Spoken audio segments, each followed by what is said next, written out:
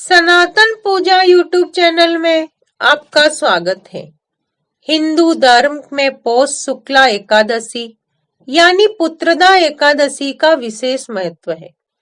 हिंदू पंचांग के अनुसार साल में 24 एकादशियां होती हैं, जिनमें से 2 एकादशी को पुत्रदा एकादशी के नाम से जाना जाता है। श्रावण मास में पौष मास के शुक्ल पक्ष में आने वाली एकादशी को पुत्रदा एकादशी कहते हैं। दोनों ही एकादशियों का विशेष महत्व है। माना जाता है कि इस व्रत के प्रभाव से संतान की प्राप्ति होती है एवं संतान यशस्वी होती है। पुत्रदा एकादशी का महत्व। सभी एकादशियों में पुत्रदा एकादशी का एक विशेष महत्व है। मान्यता है कि इस व्रत के प्रभाव से सुयोग्य संतान की प्राप्ति होती है। इस दिन सृष्टि के पालनहार श्री हरि विष्णु की आराधना की जाती है। कहा जाता है कि जो भी भक्त पुत्रदा एकादशी का व्रत पूरे तन मन व जतन से करे तो उसे संतान रूपी रत्न अवश्य मिलता है। ऐसा भी माना जाता है कि जो भी पुत्रदा एकादशी की व्रत कथा पढ़ता है, सुनता है या सुनाता है, उसे सुयोग्य पुत्र व मोक्ष की प्राप्ति होती है। पुत्रदा एकादशी व्रत की विधि। एकादशी के दिन सुबह जल्दी उठकर भगवान विष्णु का स्मरण करें, फिर स्नान कर स्वच्छ वस्त्र धारण करें। घर के मंदिर में भगवान श्री विष्णु की मूर्ति या फोटो के सामने दीपक जलाकर व्रत का संकल्प लेवे और कलश की स्थापना करे। भगवान विष्णु की प्रतिमा या फोटो को स्नान कराए व वस्त्र पहनाए। अब भगवान विष्णु को नैवेद्य व फलों का भोग लगाए। इस दिन भगवान विष्णु को धूप दीप दिखाकर विधिवत पूजा अर्चना करे एवं आरती करे। पूरे दिन निराहार रहे। शाम के समय कथा सुनने के बाद फलाहार करे।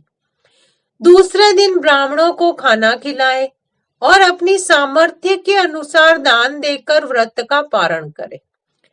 पुत्रदा एकादशी की कथा। महाराज युधिष्ठिर ने भगवान श्री कृष्ण से पूछा, हे भगवान, आपने सफला एकादशी का महात्म्य बताकर बड़ी कृपा की है। अब कृपा करके ये बताइए कि पौष शुक्ला एकादशी का क्या नाम है, उसकी विधि क्या है और उसमें कौन से देवताओं का पूजन किया जाता है।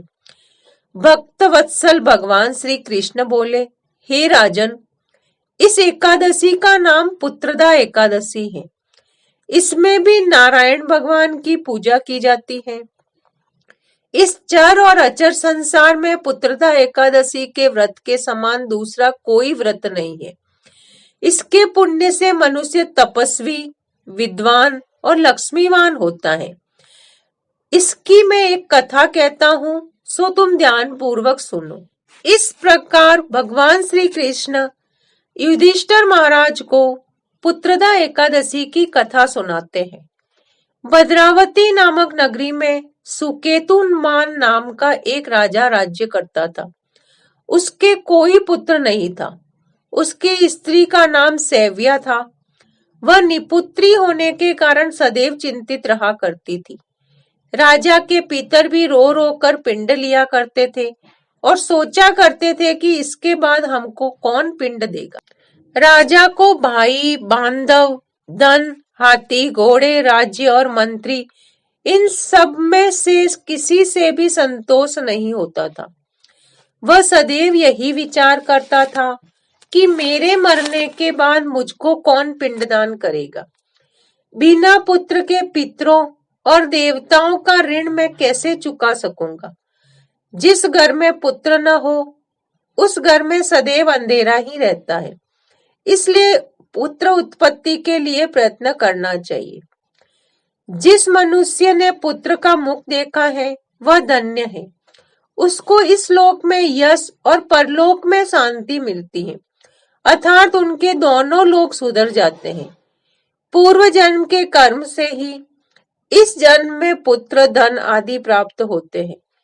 राजा इसी प्रकार रात दिन चिंता में लगा रहता था। एक समय तो राजा ने अपने शरीर को त्याग देने का निश्चय किया, किंतु आत्मघात को महान पाप समझकर उसने ऐसा नहीं किया।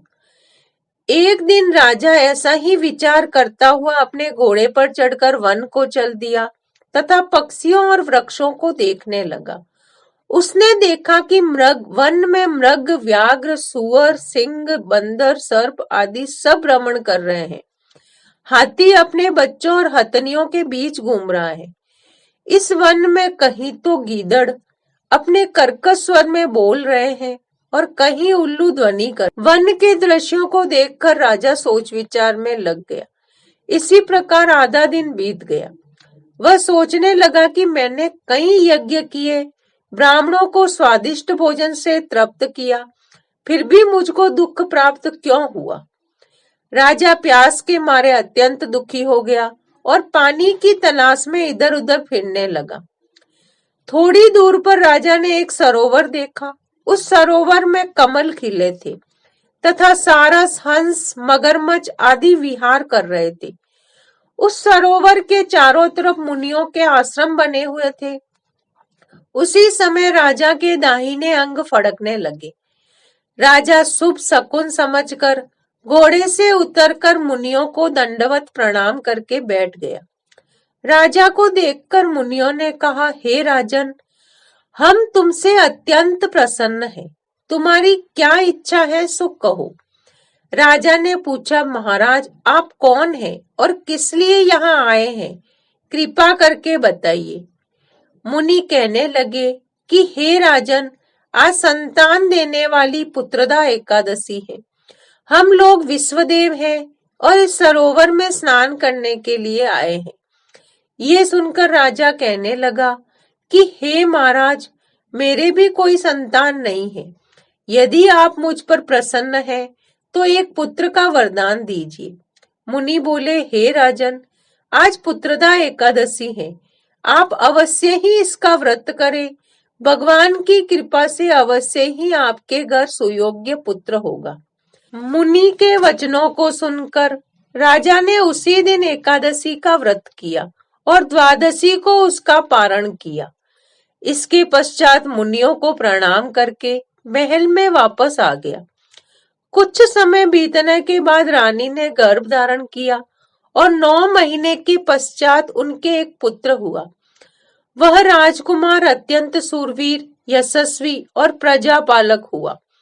श्री कृष्ण बोले, हे राजन, पुत्र की प्राप्ति के लिए पुत्रदा एकादशी का व्रत करना चाहिए।